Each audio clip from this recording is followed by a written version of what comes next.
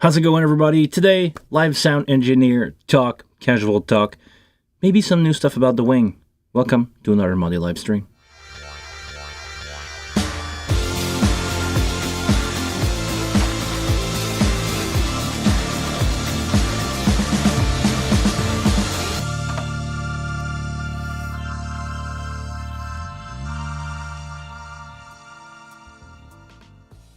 How you guys doing? Welcome to another Monday live stream. Please be vocal in the chat. I'm trying out something new, so we're gonna live through this together. I'm trying out something new with a stream that doesn't go on. I do not see the chat, or do I? Hold on. Make sure to make yourself heard in the chat. I'm trying out a new app called Social Stream Ninja. I don't know if you guys ever play around with that platform, but we're giving that a try. I want to see if it's good or not. I want to see if I can answer your message. Make sure to say hi. I see some message in the chat already. Mario, good to see you, man. Who else is in the chat? Make sure to say hi. Now I see it. And now we have a new feature on the channel that probably most of you will appreciate. I can do this. Message in the bottom. And also, if I want to say, or if you guys have a long message and I don't feel like I want to read it. Do you guys hear that? Do you guys hear the voice chat? Please confirm. Charlie, what's up? Good to see you, man. Do you guys hear the chat or not? I don't think you do. Rolf, do you anybody hearing the chat? I don't think you do. Hold on. This thing has a text-to-speech app, so I should be able to make sure that you guys see it. You guys do not hear it? Okay, well, maybe for another time. Today is going to be fine having just the chat here popping on the bottom of the screen, and maybe I will read it for myself, enough for you guys. How you guys doing? It's been a while. It's been a week. How was your show this weekend? Don't tell anyone. I was on break. I was not doing anything. I had no show this weekend. This is my last weekend off until probably September, to be honest. I took some time to sleep. I took some time to relax. I was honestly supposed to do a video for YouTube, and I called it off. I didn't feel like it. And nowadays, when I don't feel like doing a video, I just don't. It's just a matter of respecting myself, respecting the amount of engagement that I want to have with the platform. And yeah, I'm not like Mario, who did 2 shows this weekend. How things are going? Should I dive into the hard topic, the hard question? And I didn't want to announce what I'm gonna say right now, but I've been. Oh yeah, hold on. Before we go, there's a lot of new stuff happening right now. Rob says, I was at the Sennheiser event looking at the new system, the new digital wireless. Is it the new stuff that they announced a few months ago, Rob, that you saw? Because I know that Sennheiser basically went full Dante and full network with their new system. You basically have, I don't remember the model name, but you basically have one receiver for a crazy amount of microphone, like maybe up to 64 mic on a single receiver. So it's crazy for bigger event. It's gonna be the new thing that we will see around. Rolf, you watched the Yuli Behringer interview? I didn't. I know. Went out of my head. Totally fly by. Totally forget. Can anybody leave in the comment, not in the chat, in the comment, a link to that?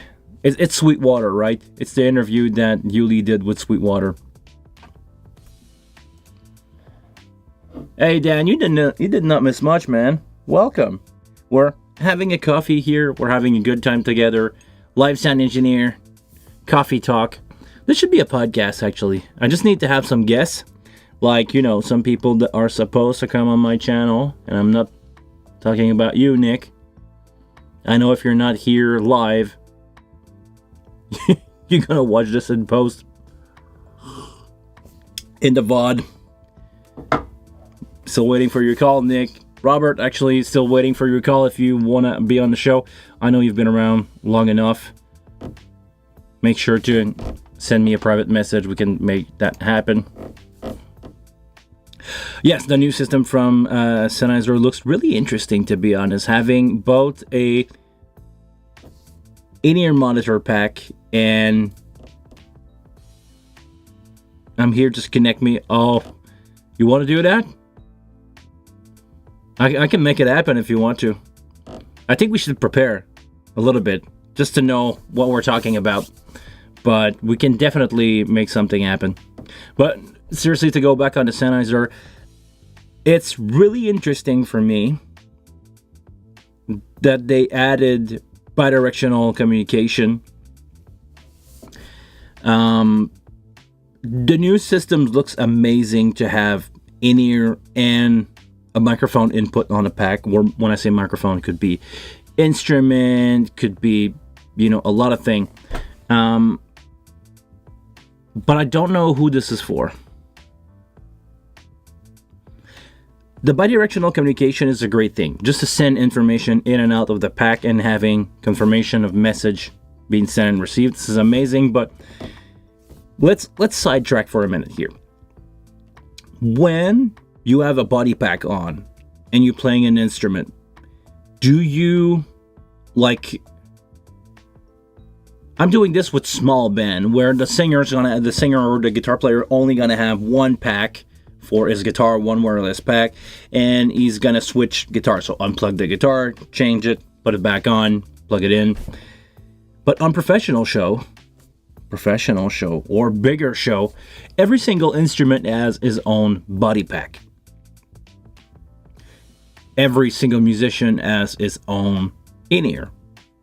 And I don't think it's a good idea to switch, to unplug stuff during the show. Like, when your tech guy send you a guitar up there, you want it to be on and ready. You don't want to switch your in-ear. You don't want to unplug it. You just want to grab that guitar, drop it in, go. As a backup solution, maybe, let's say, hey, my in-ear is acting funky on me. Can you just swap it over? I can see that happening, but on the kind of system that this is appealing, because let's be honest, those are not affordable. This is not there to replace your G4 in-ear system. I don't know the use of these kits. Maybe I'm totally wrong, and maybe this is going to be the next big thing on Broadway, and every single singer on Broadway is going to have their headset mic and in-ear all to one pack, which would make sense to them. But other than that, I don't think this is going to work. I don't think this system is useful. I mean, having the in-ear and the pack, the bidirectional communication, love it. But man, one pack for in-ear monitor and guitar would be super handy for smaller band. Yes, that's the thing. It will be super handy for smaller band. But if I remember correctly, and I could be wrong, and maybe Rob in the comment can correct me. For a 4-pack system, we're talking about over $10,000 US.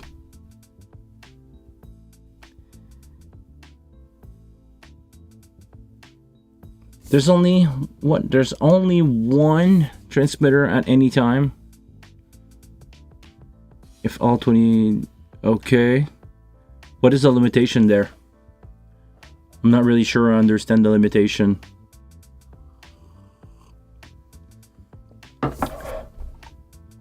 Budget sounds right. Okay. Yeah, that's my point. It's out of budget for small band. So it would make sense in smaller band, like where you only have one pack and you only want to have one pack for both mic and in-ear, but financially it doesn't make any sense to me. Well, I don't see band going into those architecture. People complain that the wing rack is too expensive. Give me a break. Seriously. I don't know. Maybe I see. Maybe there's something here that I don't see. But to be honest, I don't see it happening. Maybe on big production, like I said, musical. If I understand correctly, Rob, please confirm. You can do 64 channel bidirectional, or there's only one.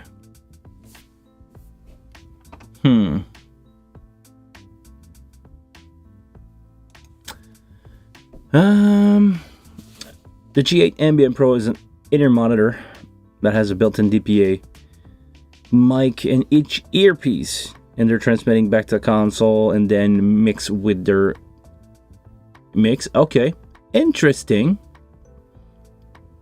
So basically you have your own crowd mic on your ear. Interesting.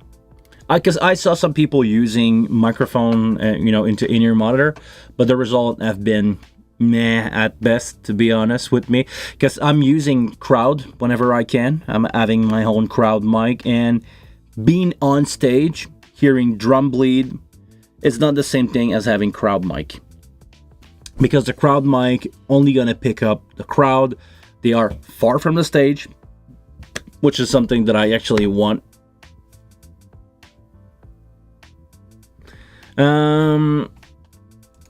The system is built so that each device only get a couple of microsecond each, up to 120 at the okay, but it's a bidirectional kit, right? You can use in-ear and microphone on one pack. It's not, or you can use both at the same time. Please let me know.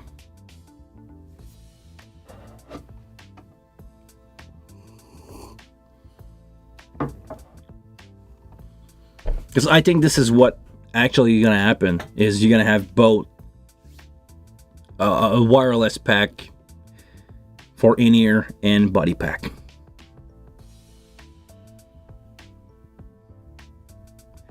The configuration is dynamic, as you can prioritize channel in or sound quality. What?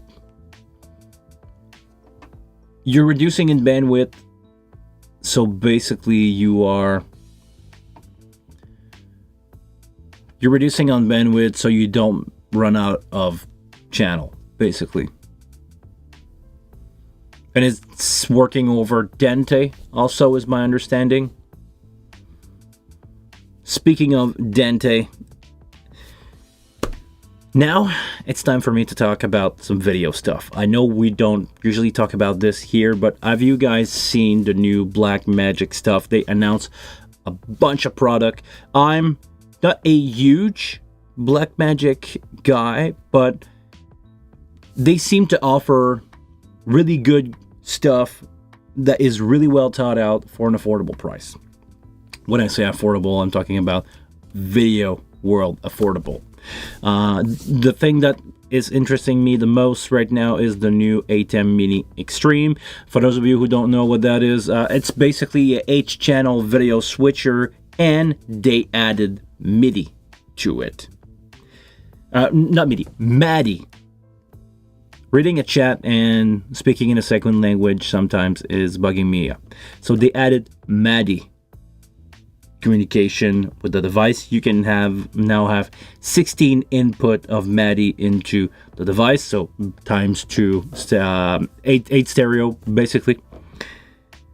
But I'm so mad that they did not add Dante to that unit, because it now has a 10 gig port for Ethernet communication. It has also a 1 gig port. So if it was an option to have a Dante option, having just an 8x8 internal Dante on those things, it would be a game changer, because my microphone, my probably soon in-ear, more on that later, are all Dante.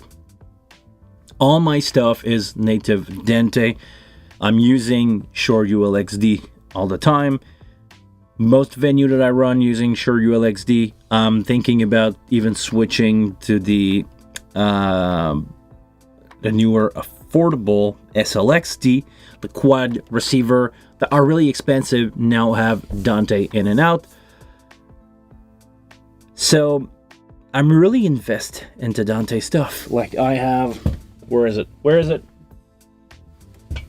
I have Dante card pretty much everywhere. There's one there, also. The red one here is a Dante card. I'm really invested into that Dante architecture. And I don't know for you guys, maybe you can help me out with this one, but I don't know of any other manufacturer than Avid who is really deep into MADI. Is Digico really deep into MADI? I think they have their own protocol and they run Dante too, right? So it's a weird option for me that Blackmagic choose to go MADI with their stuff, because the MIDI stuff, like I said before, that's been there for a while over USB on the ATEM stuff. But I know some people like Rob run some Blackmagic stuff, so I'm curious to have your opinion. Actually, why is there still other protocol nowadays than proprietary stuff, but the stuff that everybody agreed on, it should be Dante. Dante is too expensive. I don't think so. For a controller that cost $3,000, yes, 3,000 Canadian dollar, it's a little over 1,200 something US. AS65. AS67, not 65. AS67 stuff is more affordable, and I know it's compatible with Dante. The MADI stuff is the standard of the big TV production, so okay, I kind of understand why it makes sense. Sidetracking back on the Sennheiser stuff. As Rob said, you can have different codecs transmitted with different latency quality and range. Okay, I need to dive into this really.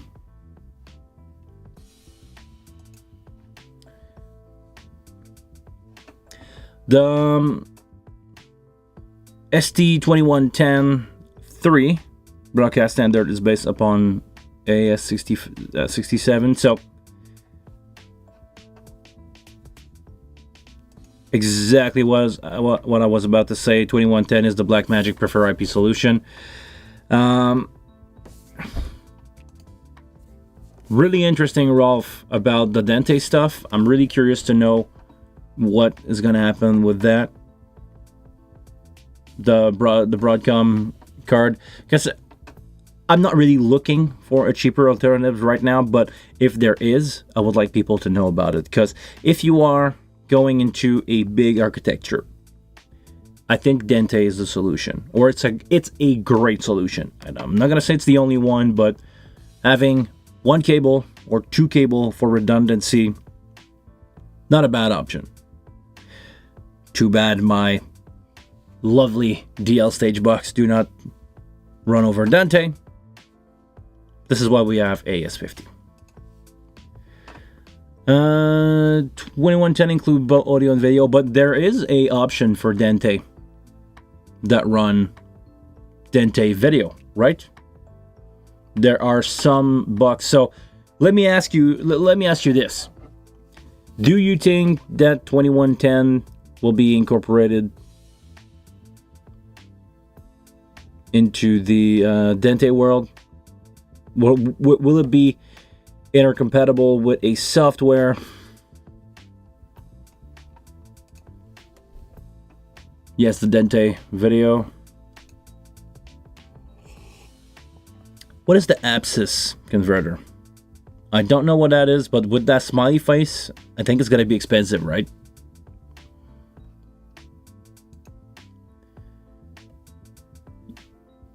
Yes, but the standard is AS67.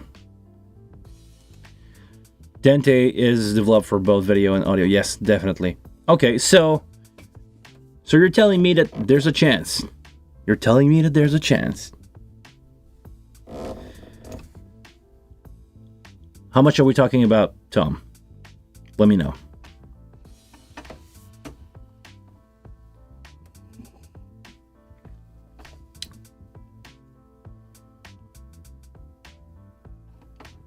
I'm really curious. Sorry, I'm reading some message in the chat that I didn't pop up on the stream.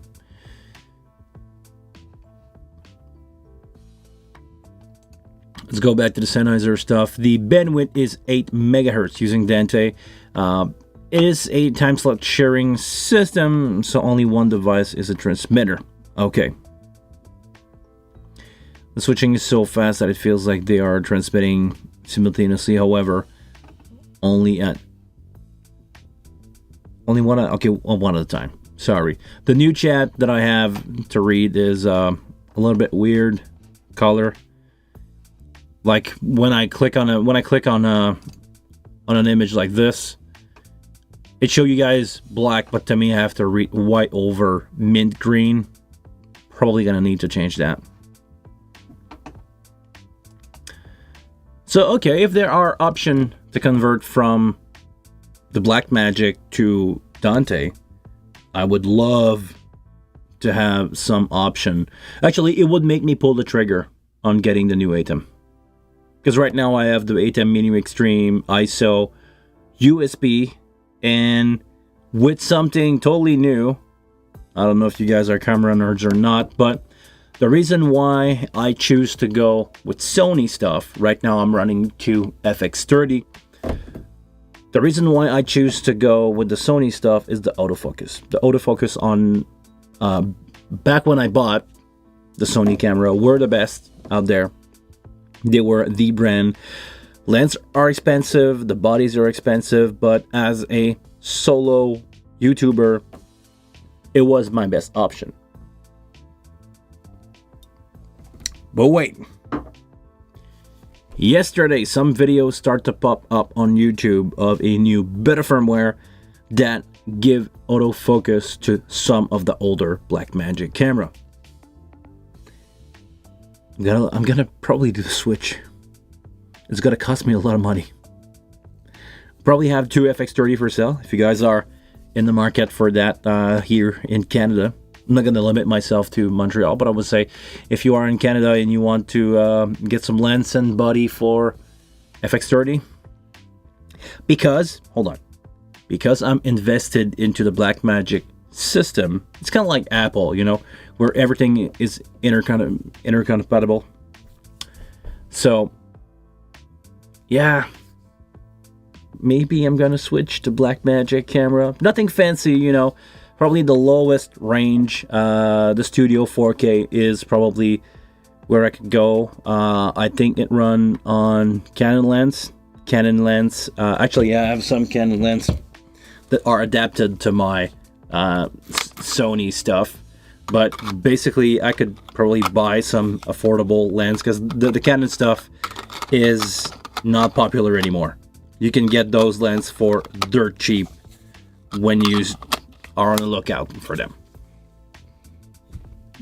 And adapters cost a lot of money, so this is why I only have one there. And other than having a little bit of noisy autofocus, those lenses are just fine. So I could probably see myself going with 2 or up to 4, because the long plan for me is to maybe offering stream services. I'm thinking about some stuff right now. Maybe I can convert an RV into a streaming studio. I've said that many times, but probably what's going to happen this summer. It's probably going to be my summer project in between gigs.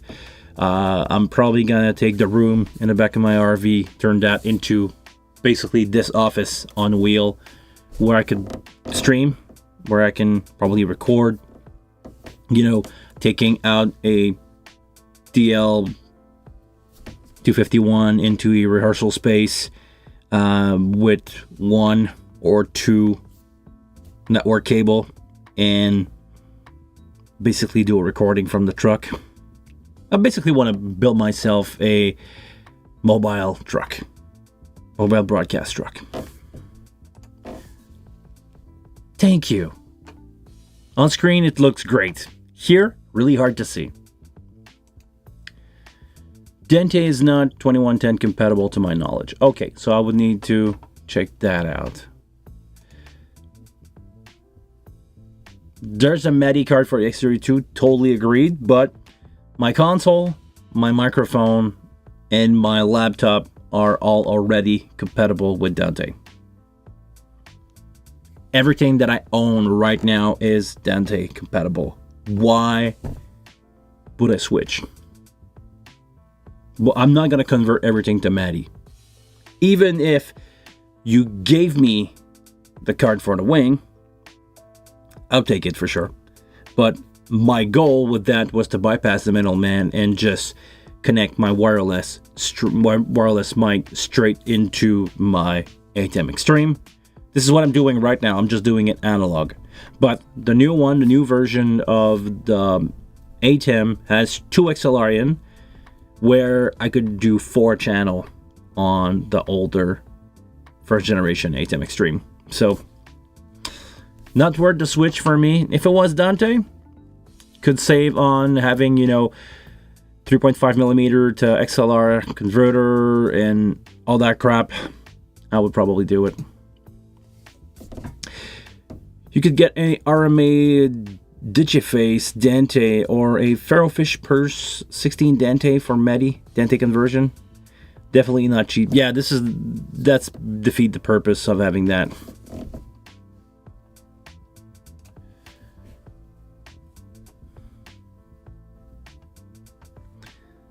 No, but it's still a cheap converter. Yeah. MIDI is there probably in the broadcast world to stay. And I think the only reason is because it's using the same kind of connector that people are using for their camera. But maybe if Blackmagic reversed that to everything being network, maybe I'm wrong.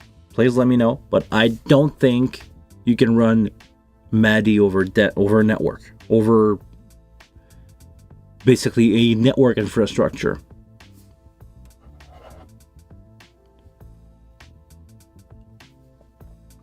If you do, then maybe when the industry is going to switch to RJ45, because I think, well, in the live world, everything is going RJ45.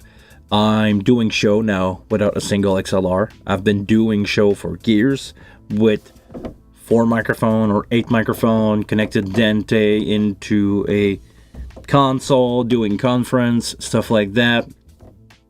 And my PA is connected over Dante, so I just go mic into mic, 4-channel receiver into console out to PA, and I have no XLR. I'm not running any XLR. I've done show. I did not do band right now without XLR, but it's only a matter of time before some people figure out a way to get, in XLR in with a loop over Dante, and that being PoE, and you're just gonna daisy chain all your mic together on your drum kit and everything will be Dante. You'll be able to, give those input and grabbing those and probably run gain out of that as a single input, or maybe, I saw some people doing Rio as stage box. They basically took a Rio, drop it next to the drum, another one at the front, and they just run a couple of daisy chain. But yeah, so nobody runs on a single coax or light pipe point to point. Okay, I didn't know about that. I didn't know that fiber was an option. with Maddie.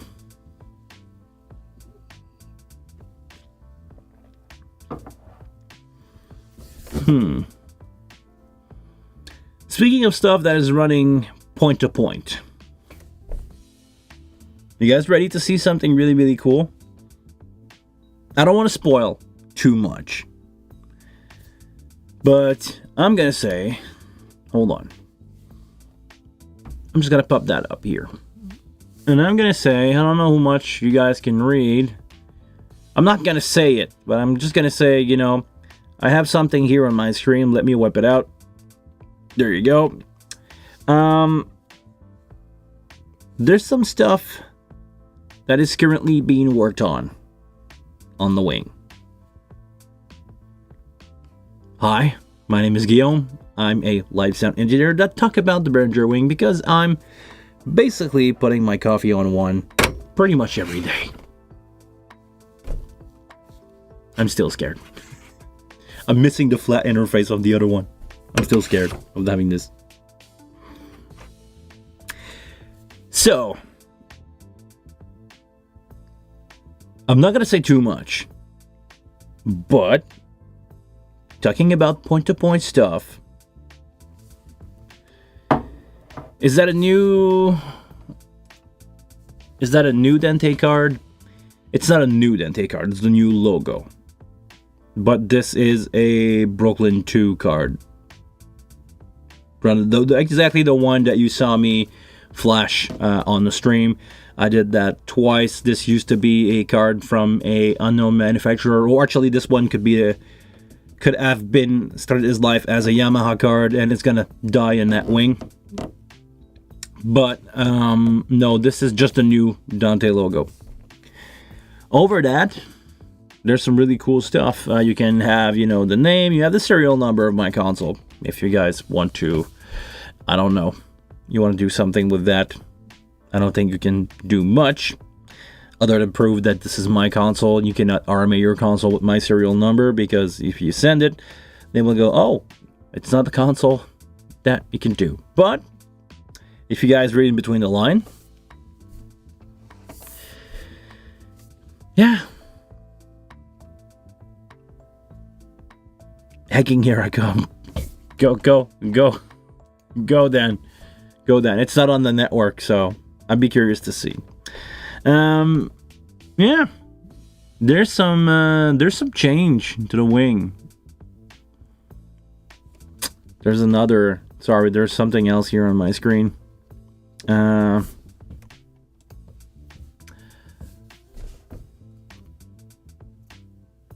Oh, I can show you the MAC address. It doesn't mind. I don't care.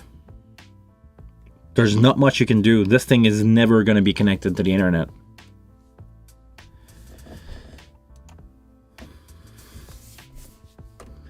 Okay, real talk for a second. Dan, Charlie, I know that you can do some stuff with the MAC address, but to be honest, what could you really do on a Behringer Wing if I give you my MAC address? What could you seriously do other than maybe taking control over it if I'm on a network? Oh, sorry, hold on. There's still something sticky on my screen here that I have to wipe away. There we go. So, yeah. Nothing if it's not public. What do you mean public? What you mean is like my public IP? You could do something on my computer if you can attack my public IP, right?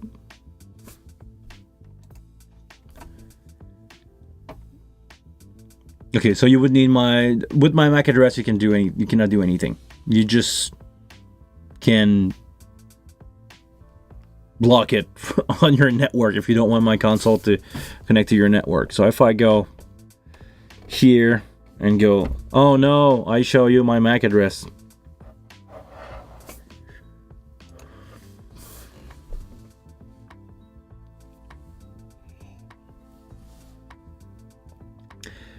It has to be public, but there are armies of tool used to integrate it, to interrogate it and possibly open port causing issue. Okay.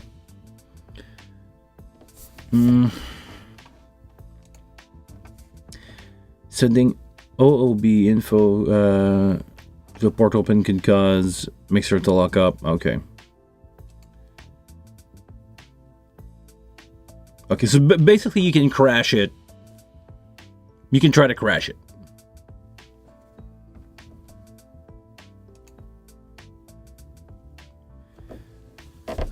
Does the Wing have the same freezing problem with the network port on the X32M32S? That's a really good question. I don't know about that one, to be honest. I know it was a thing. If you overload the network on X32, you could do something to it, but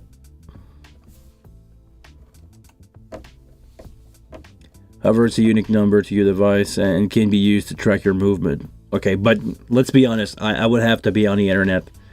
Like, I would not give you the MAC address on my phone.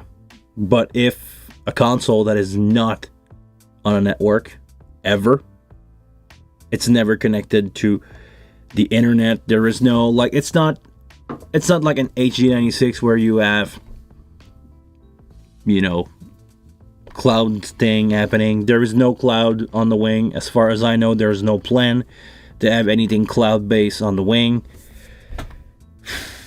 I don't think this is really a problem. Archer, what's up? Do you work with the Wing and Wave Super Rack Performer? No, I don't. Sorry to be the party pooper here, but no, and I don't see any reason why I would want that. There is nothing at the moment. There is nothing that I don't have on the Wing that I could see myself bringing an extra computer for.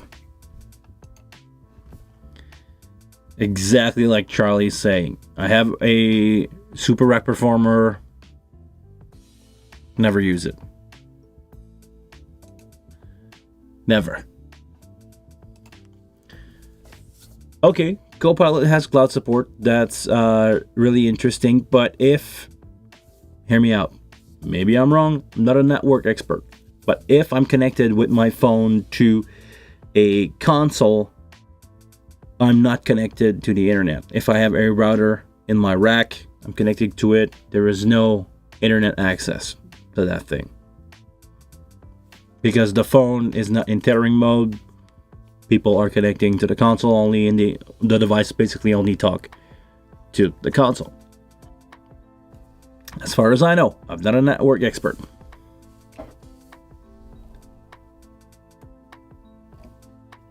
Those coffee mugs are just too small. Thanks, I'm learning extra processing to make our drums more worship sounding. What does that even mean? You want that to be polished? You want to use trigger? You want your, like,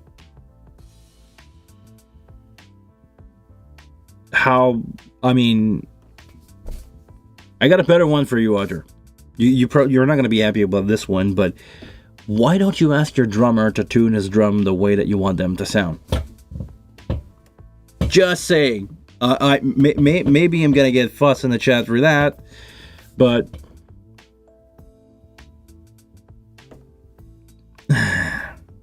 tuning your drums. Drums are an acoustic instrument. You can enhance your drum. And I have a great video about that. I have a great video where I show you how to use a oscillator to do a bass drum enhancer and a white noise to do a snare enhancer. So you're kicking your snares over freaking massive, like, studio stuff.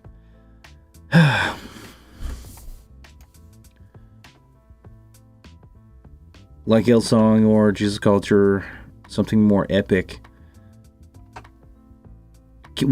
Okay, I don't know these artists, because I'm gonna guess those are artists.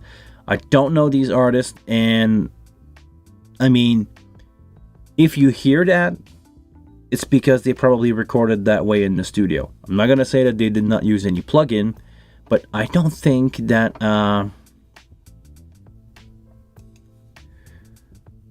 Being a drummer myself, untuned drums. Oh, come on.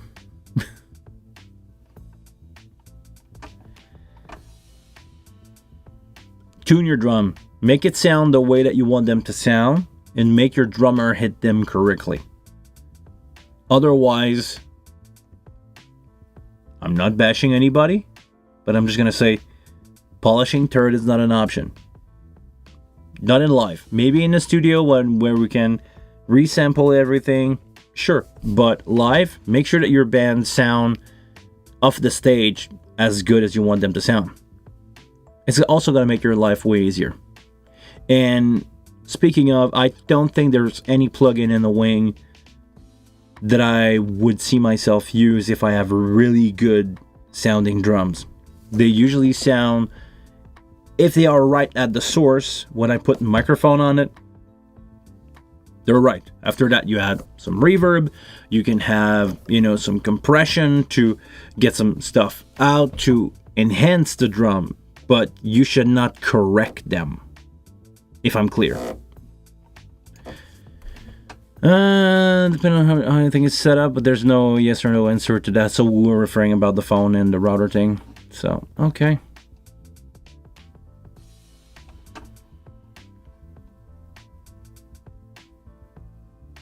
But yeah, guys, get your drum right. Get your drum at the source right. This is how you gonna get your drum sound to be good. Thank you very much for showing up, Dan. Really appreciate that. Please let me know how your cable is going. For those of you who don't know, I sold Dan 80 meter cable or wire. I don't know what's the right term anymore, but it's basically unterminated Cat 5e shielded stranded cable. The right thing to use for your Wing. And I think he's been really happy with that. The Wave Designer is my go-to for drum and acoustic guitar. Yeah, actually, and we have a bunch of those in every single other channel of the Wing. Like, no, it's in the gate section. Hey, Wave Transient Designer. Great plugin. I start to use it a lot on drums lately. Kick and snare. And I still don't fully understand the thing, how it interact with the transient, but playing around, listening to it with some stuff and playing around with attack, playing around with sustain, you understand basically if you cut down on a sustain, it's like it has an expander. Playing around on attack is like EQing it so that the higher frequency go through. It doesn't, I feel like it's playing around with the detector and a compressor-ish, so it lets some stuff go through. Playing around with it, basically, I can understand what it does. No problem. Oh, does the light go bright or dark? I didn't see that. But it's glowing. It's not just, black or blue. Made me happy for a second. So yeah, basically. All right. Can we talk about stuff? Then we talk about cable. We talk about point-to-point connection. And somewhere in the Wing world where we talk about point-to-point connection is when we talk about AS50 port. AS50 communication is a nightmare for some people. I've been really lucky myself to never have any problem with AS50. It's been doing great. I never have any problem with my own cable that I'm making. And now, I'm going to turn this into positive. Now that we have new tool on the Wing, right there, we have a error count or unclock count on the AS50 port, ABC. This is going to be available with the firmware update 3.0.6. It's not there yet. Don't look on the website, guys. It's not there yet. It's coming. There's also some really cool stuff, but I'm going to have a video about that. We can now basically test our cable. You can take a cable, you can run it, you can smash it, you know, having physical interference with it will tell you if you have clock error, connection error, and it will tell you if your cable is good, if your cable is working, but yeah, don't push your luck, or if it's plain not working. Well, plain not working is usually giving you error and everything, but I heard some people that are testing this feature right now that had 1 or 2 clock error over a cycle of a show, and you know, the signal never dropped. Everything was fine. So I would say it's a good indication. Nothing to freak about if you have 1 or 2 error during, you know, an event. But if you start to see the count going really, really high, I would say maybe you have a bad cable and you will know right away. This is not a cable tester, but it will be a good way to know if basically the status of our cable. I wish so bad that they could include a tester that you could connect between port A and C or B and whatever.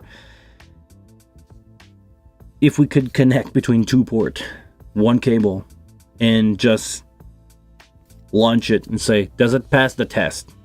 You know, nothing guaranteed, but does it pass the connection test? This is how I've been checking my cable lately. I've been connected it to my whatever stage box that I have at my hand. Could be my DL8, could be a 151 that I have on the other side that I created a bug last week. You guys remember that? But yeah, that's pretty much it for today. I don't want to show too much of the new stuff happening, but this is a really, really cool feature that you guys will have on your console really, really soon. There is some other stuff that I'm not talking about. You can connect a cable between 2 ports. Definitely. Hold on. I have a small one here. Don't move. I have a small one that I can show you guys.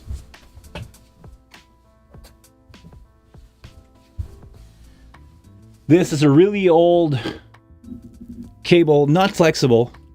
I made this one not flexible because I didn't have any cable. But this is shielded, shielded Cat 6A. But for a short run like that, it's okay. Should not be any problem. But I can connect it and I can jump to connection. Let's go with B. Port B and port C of my wing. They should connect. And because they are fine, I have absolutely zero error.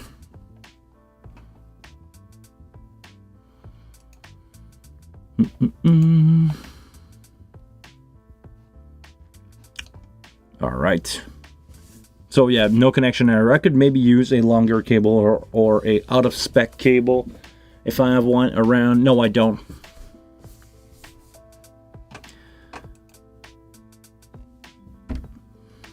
Hey James, you got the Brooklyn Tweaker to work? Nice. You got the right firmware on it? That's gonna help a lot.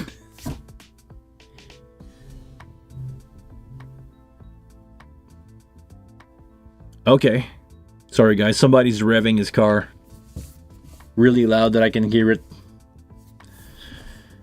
Not happening often here. A little surprise. All right.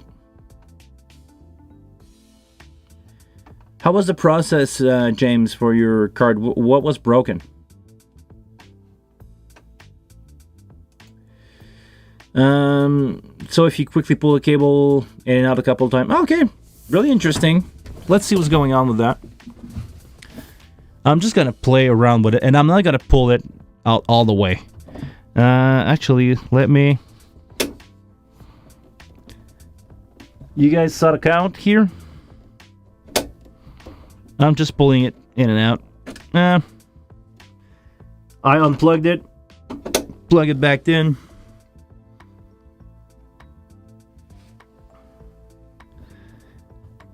I'm gonna try to push the cable a little bit. it's just in between and I'm wiggling it.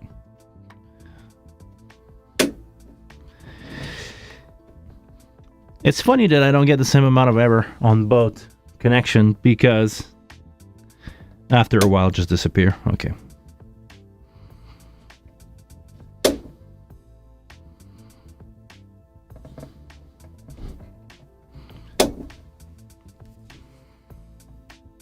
So it has core, so for correction, probably it correct the signal, because I don't know if AS50 is a self-correcting protocol. Probably it clocked back and it just go like, okay, never mind, keep pushing. But I made some error happening, so I have a core count of 45 and a UNC probably unclock count of 16. And it's funny that it's only giving me that from port C. Let me, just for fun, clock from port C. I'm gonna reset the counter. I'm gonna just open this, and I'm gonna go into port A, just to make it easier for me to play around with those connections. I'm not gonna push the cable all the way through. I'm just gonna wait for the connection to barely connect. A and C, we're good. I'm gonna wiggle it out just a little so I can create some error. We're good. Wiggling it again. Error count, error count.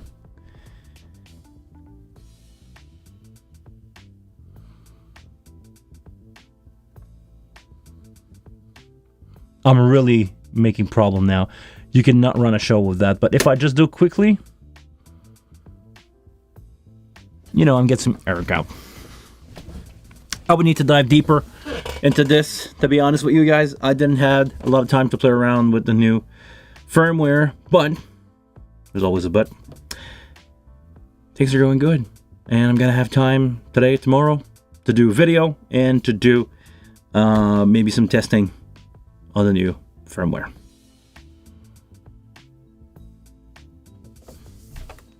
All right, I'm gonna open up the floor for some more question. Before I go, we are almost at the 1 hour mark here. I want to make sure that the show is fun, and I want to make sure that this is interesting for you guys to watch in replay. So I'm gonna check that out. About the Wing Dante card, so the firmware Dante controller saw it was from an external card, not the internal module, so I updated the firmware as such and had to override the update. Okay, yeah, just override the update, just override the basically, when you flash a Dante card, you want to have the firmware of where it's going to go in your Wing, if you're using it in a Wing, because you can flash Dante card pretty much for every single system. You want to flash it for where it's going to go. So even if it's a Wing card that is an external firmware, you need to have it you need to have the internal firmware if you need to use that card internally.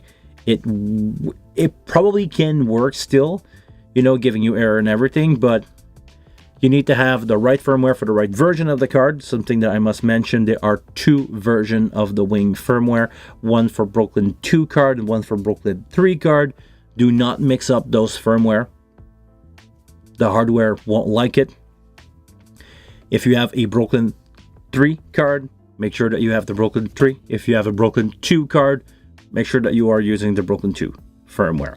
After that, you need to figure out if you have intention to use this card internal or external. It matters. Just make sure that you will use the right firmware for the right hardware, and also where that card is going to be used. Really important. If you allow me, I'm going to show you guys where. Oh, come on. On your card, on your Dante card, at the top here, where is my index finger? There is, I don't know how much you can see that, there is labeling for the card. So if you are using a Brooklyn 2 card, it would say Brooklyn 2. If you have a Brooklyn 3 card, it will say Brooklyn 3. And now you guys saw my MAC address. Just want to make sure that you guys really saw my MAC address really well for that card. because it's never going to be connected to the internet and it's never going to be public. All right. Makes sense because I had Dante signal, but I had no connection to the network. Okay, so yeah, it's just a matter because my understanding is the internal of the wing is a little fussy of what it wants to has for network communication and everything. So it's not worth it to play around. Get the right firmware. Let me just put that back somewhere safe. Maybe here.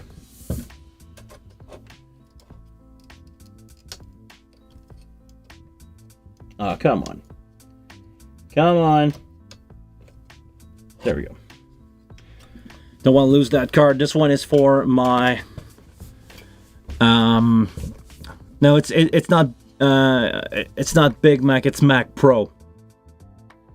You know I'm an Apple guy.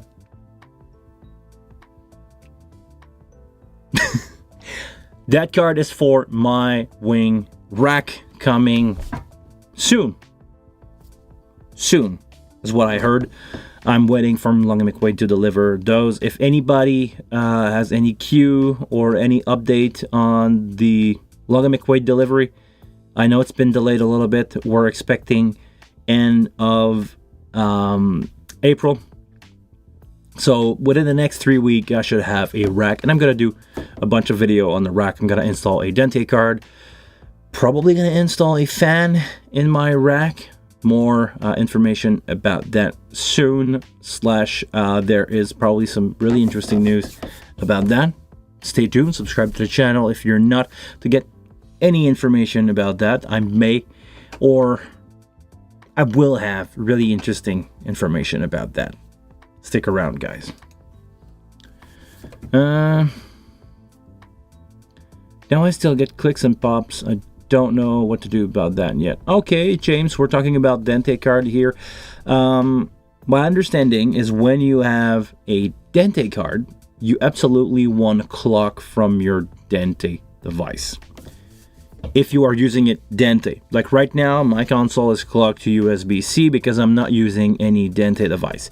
I could go internal if I only have a stage box, but if I start to play around with it, you want to make sure that the clock master should be the Dante, exactly like Rolf just said, right there. I'm so glad of this community, guys. You have no idea. Every single person in the chat here is just so knowledgeable. We can answer pretty much every single question. If I don't have the answer, because I don't have all the answer in the world, somebody in the chat will know. Yes, try that next time. Make sure that you sync Dante. I can sync right now the console to Dante. You can leave it to Dante because if it has a Dante card in it, it will default as a clock master. After that, I don't know if you did your Dante course, but I would strongly suggest you to do your Dante course.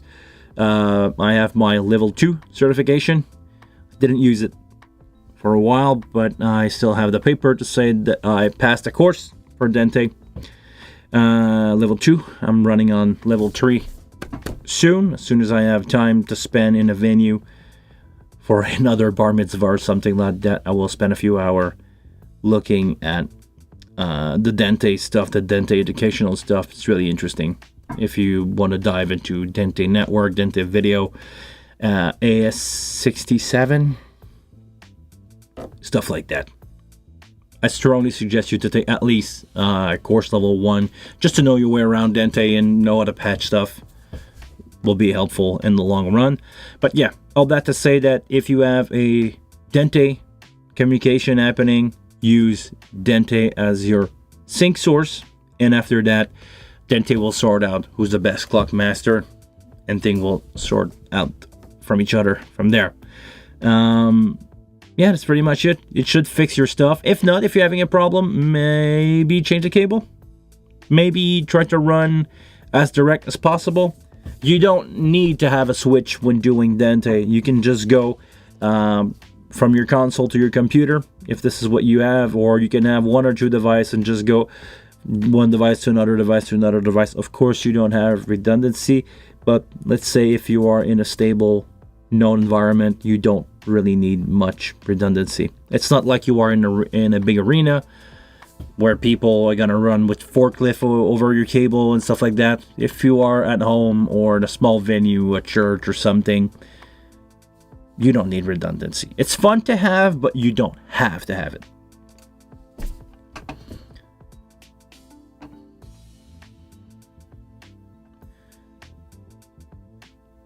Yeah. But it's not a bad thing to have a switch. This is not what I'm saying. I'm just going to say you don't need to have one.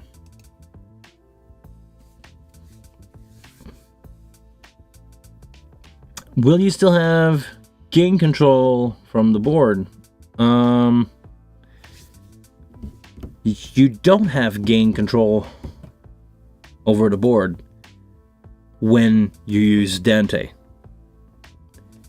because Dante is there to allow communication, so basically line connecting between device. But I don't, just in case you don't know, if you want to use Yamaha stage box that are Dante, like a Rio, TO, if you want to use those with a wing, you can, but you will never get gain control. That's going to happen on a software on your laptop, or if you connect to a Dante network, where let's say you connect to a CL5, because some of my friends are doing that. They have a CL5 on stage for monitoring. They send out a Dante to front of house. You can connect to that, but you won't have gain control. Gain control will be set by the controller. In this situation, the controller will be a console, or you can use your laptop with the software for the Rio TO stuff from Yamaha if you want to use those bucks. I don't know from the top of my head, or I don't think to any other manufacturer is using Dante with proprietary control for head amp gain, but it's proprietary. You cannot mix and match other stage bucks with them. It's great for recording. It's great for communication in between different type of console. Great for communication between microphone, but you won't have gain. The clock source doesn't control who's the gain master control. They are independent. Thank you for adding that, Rob. Also, great suggestion. Use non-great energy switch, or you might get clicks. You don't want to save.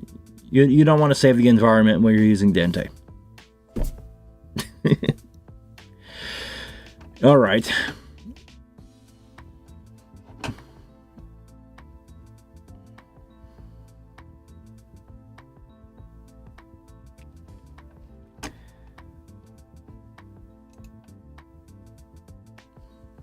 Thank you so much, James. You have no idea how much I like to do these live shows. I don't think that will ever happen, but if I could do this and help people for a living, because let's be honest, the YouTube thing, I'm almost to 8,000 subscriber. Let me take a look. We are at 7,991 subscriber. Next week probably we'll have the 8,000, and I'm nowhere near to even pay my phone bill. Or no, I'm paying my phone bill with YouTube, but I'm not making any money. It will be impossible for me to make a living right now out of YouTube. So if I could just help out people for a living, I would. Probably not over YouTube, but I'm gonna try to do something about that maybe at some point, if for some reason something changed. Because let's be honest, I'm a freelance sound engineer. I'm not having a company right now. I'm not working for a specific AV company. I'm doing my thing, taking call here and there. I have the venue that I'm in charge of, that I'm probably going to be there for a while still, but I'm there as a outsider consultant, and I want to keep it that way. I'm never going to be an employee there, and I'm really fine with that. And all that together make it so I can make a living. YouTube is a small part of it. Everything here and there is a small part of it. And, I'm having fun doing this. If for some reason something dropped, like I'm not getting as many band shows as I do, I'm not, crazy busy with band. I'm having 2 to 3 shows a week. And after that, I have conference stuff or corporate stuff, 2 or 3 shows a week. So this is how I end up working like 6 to 7 days a week. 6 to 7 days a week is enough. I'm good with that. But if I'm losing some corporate work or some band work, I'm probably going to try to push and go a little more, a little deeper into the YouTube world. But for now, to be honest, I cannot give out more to YouTube, even if the machine is asking me right now. Last month, I've pushed a little more video than usual, and YouTube was like, hey, you're doing great. You have 46% more viewership. Keep pushing it this way. You're going to get there. The YouTube algorithm was encouraging me to give it some more. But it's a lot of work. It's a lot of effort. To be honest, I'm running out of idea of what I should do. I'm still doing the 58 video with different grill on it. It's not turning out the way that I want it to be right now. I have shoot a couple of A/B tests for that. We heard a difference last time that I plugged the mic and I talking to it, but when I run pink noise, it's only a matter of a few dB. Not much difference there. You're gonna tell me, well, if you cut 3 dB at 160 and you boost 3 dB at 1K, is going to be a massive difference in tone, which I agreed, but I was expecting, I need to have visual support to my claims, and right now, the stuff that I'm making is doing great for visual, or great sonic-wise, but the visual that I can get from my tests is not wow enough for me to do a video about it. So I'm gonna think about that. And I'm basically running out of ID for other stuff too. So if you guys have any ID, don't leave them in the chat, leave them in the comment under the video. But I'm open. I'm open to ID. I need to have stuff that is interesting to you guys, because I can talk about the Wing a little bit, but if I look at my stats, the Wing is not what people watch my channel for. People watching my channel for in-ear review. People are watching my channel for the vlog that I don't really do anymore. I'm kind of, I don't want to say grow out of it, but it's so annoying to always bring a camera and always to put it in the face of people. And I'm not that kind of guy that, I don't like to bother people with my stuff out there. So it's my stuff, the vlog thing. They are part of the background, but the vlog is all about me or about something that we're doing together, talking about the console, setting up a show. So yeah, I'm still, I need to have some idea, and if I can have idea that can help you guys out and teach you something along the way, be a great source of information for troubleshooting, for live sound, for, I don't want to have the studio stuff, but we'll see. The Wing seems to get more traction in Sweden. Interesting.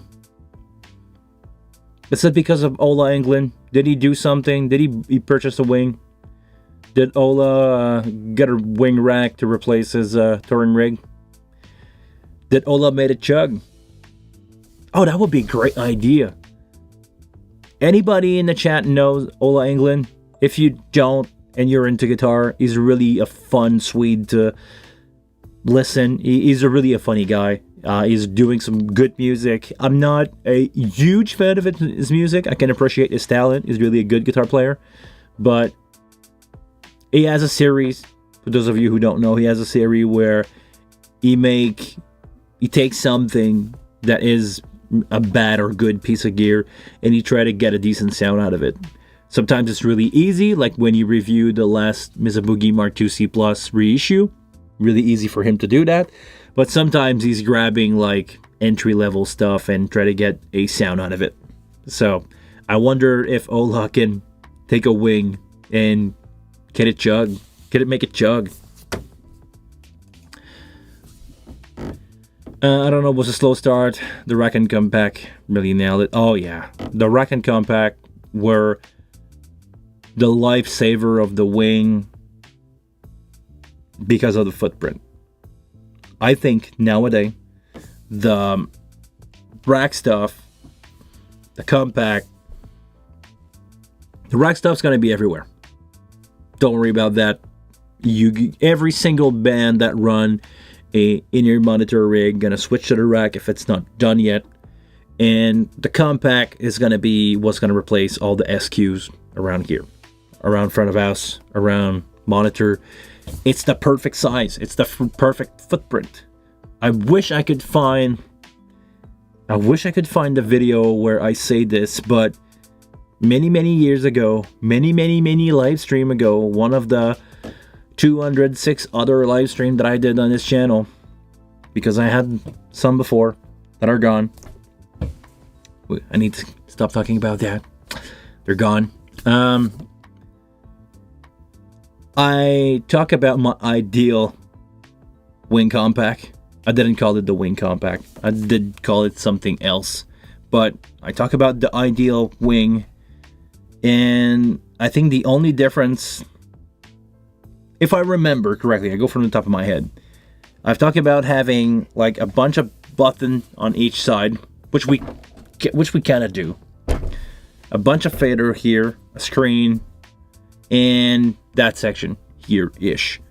Scrap the channel section, scrap the other stuff.